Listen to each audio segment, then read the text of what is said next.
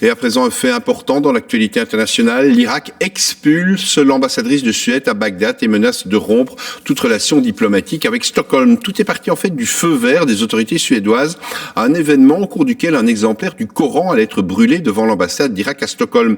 Et il n'en a pas fallu plus pour déchaîner évidemment la colère. En Irak, des émeutiers ont pris d'assaut et incendie l'ambassade de Suède. Nathalie Massard, Isabelle Husson. Il est réfugié en Suède et a obtenu le feu vert des autorités pour se produire en public devant l'ambassade d'Irak à Stockholm. Il voulait brûler un exemplaire du Coran pour la deuxième fois depuis la fin juin. Il l'a finalement piétiné. Un geste très mal vécu par certains témoins de la scène. Mais à Bagdad, à l'appel d'un chef religieux, des dizaines d'émeutiers ont pris d'assaut l'ambassade de Suède, ont grimpé sur les toits et ont bouté le feu au bâtiment. Je fais partie de ceux qui ont mis le feu à l'ambassade de Suède et ce message est envoyé au monde entier. Cette religion est pour tout le monde.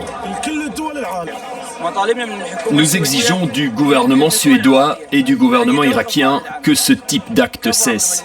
Cela va à l'encontre des droits de l'homme et des sentiments des gens et de l'islam.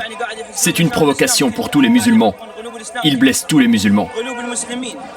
Pendant des heures après l'attaque, les forces de l'ordre irakiennes ont essayé de contenir les émeutiers. Le calme est enfin revenu en milieu d'après-midi. Une enquête est ouverte. À Bagdad, les autorités condamnent l'assaut. Mais dans le même temps, l'Irak annonce l'expulsion de l'ambassadrice de Suède et menace de rompre tout lien diplomatique.